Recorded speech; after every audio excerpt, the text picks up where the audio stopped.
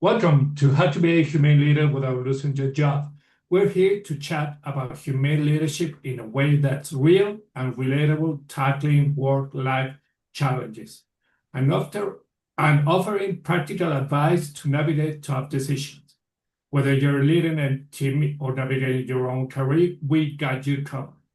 I'm Roberto Torres, a startup engineering leader, and with me is Chris Olerke, a Fortune 100 IT leader.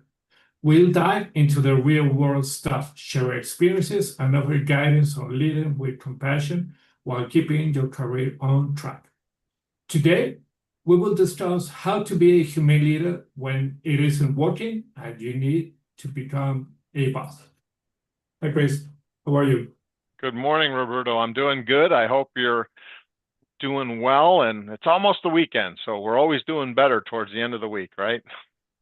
Are we? I think that has to be on a daily basis. Well,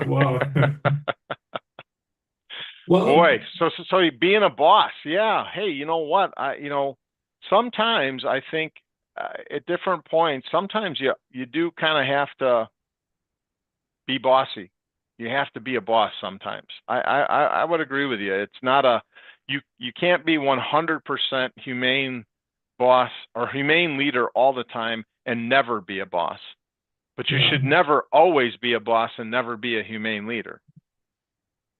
Yes, and that is because if we stick to one leadership style and it doesn't work, and we are adamant of changing, it's going to backfire to us. Instead of that, we require to be an situational leadership. But in this case, if you require to be bossy, you have to, and you have to stick. Because when you talk with your reports and you're doing this humane leadership, and either they are wary of this, they don't trust you, they don't know, whatever is the reason, you will fail.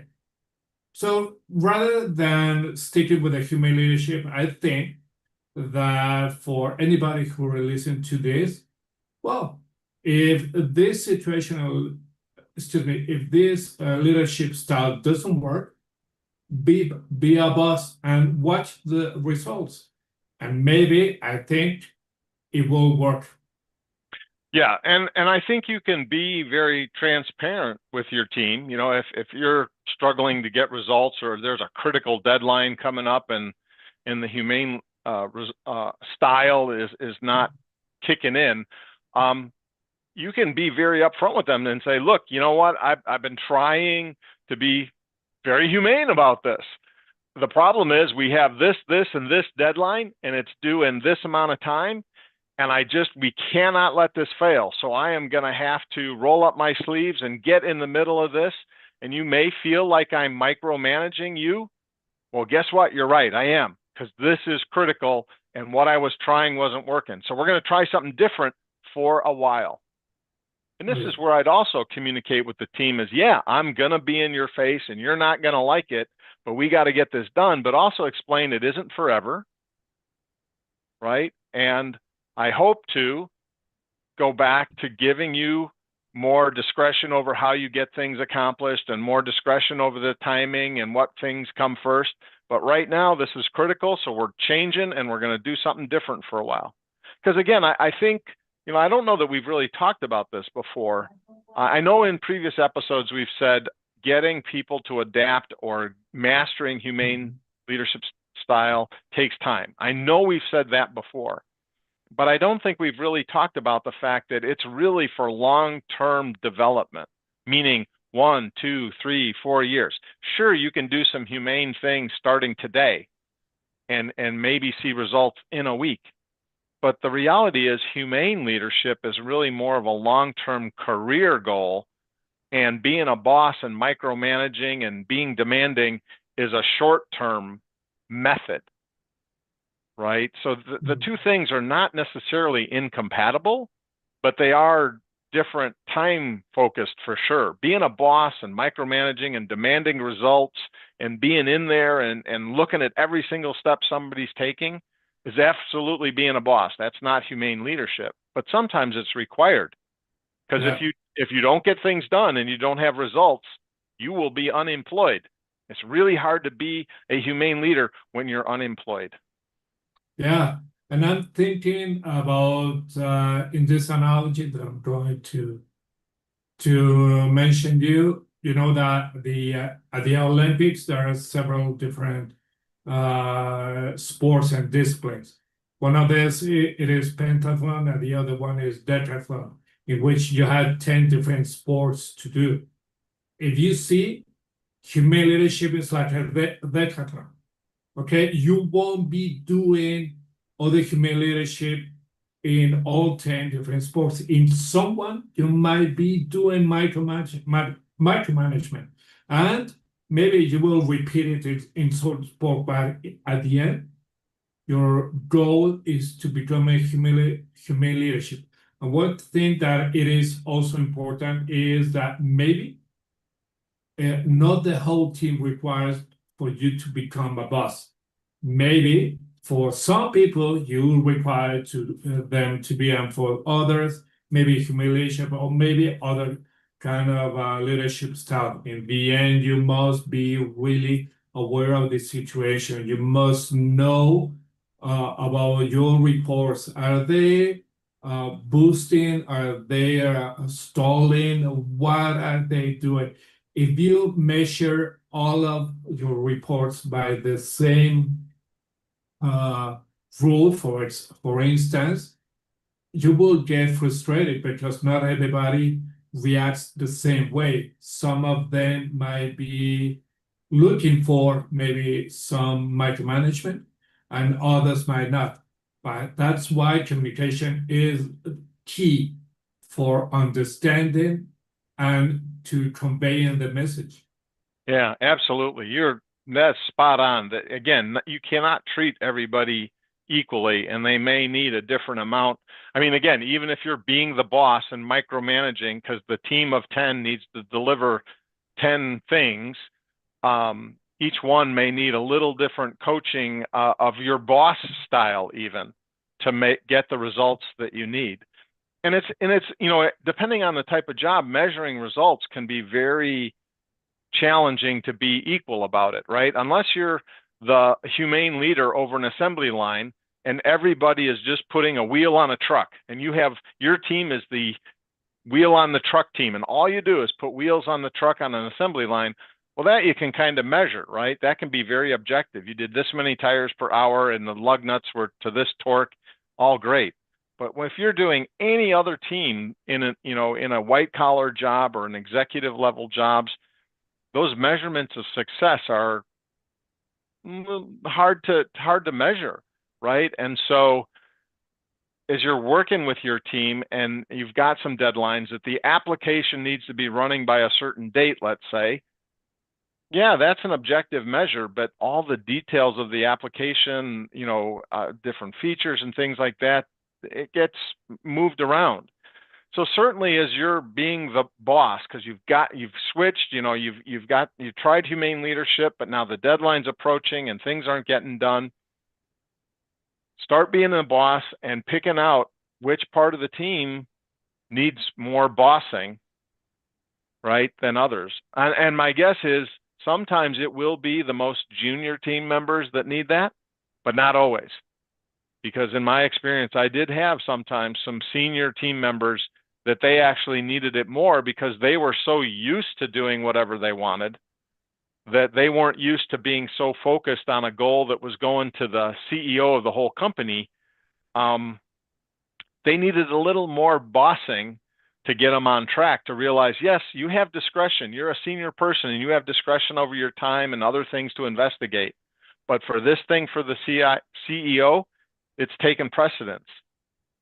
And so I'm going to be following up with you very closely on this aspect of your job, which for them was only like 10 or 15% of their job.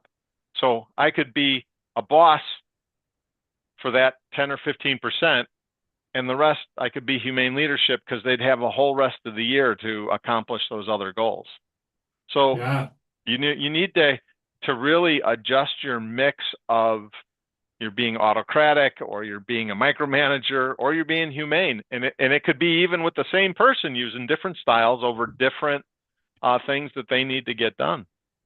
Yeah, especially is when the team is already created, when you're new to this job, because when you have, excuse me, when you can create the team from scratch, well, you can manage that team according to what you need. But if the team has already been created, been running for a while, yes, you have to identify. Maybe there is one report who has a direct line to the CEO between quotes because has strong friendship because they have been working for too many years, etc. There could be many different reasons and factors, but the most important are you have to provide results. How do you do it? It's up to you, but you have to be well aware of that. And since you are being measured, you have to measure your team and be straightforward. Hey, I'm being measured like this, all these different factors. So I'm going to measure you with these other factors. And the thing is, all these KPIs, all these metrics will be told instead of being, out the dark. Hey, I measured you today with this new KPI. Hey, I didn't know about this. Well, that is a surprise. No, that is something that we have to avoid. So being straightforward is something really important, but more powerful, because if you can be measured, or you can measure other people, it will set up the bar of where you have to be if you want to surpass it, or you're close by, or you're far away from there. So measuring people also is something really important to do. Yeah, and the more you can make those measures objective, which is kind of boss or micromanagement style, making those very specific measures objective is kind of micromanaging to a degree.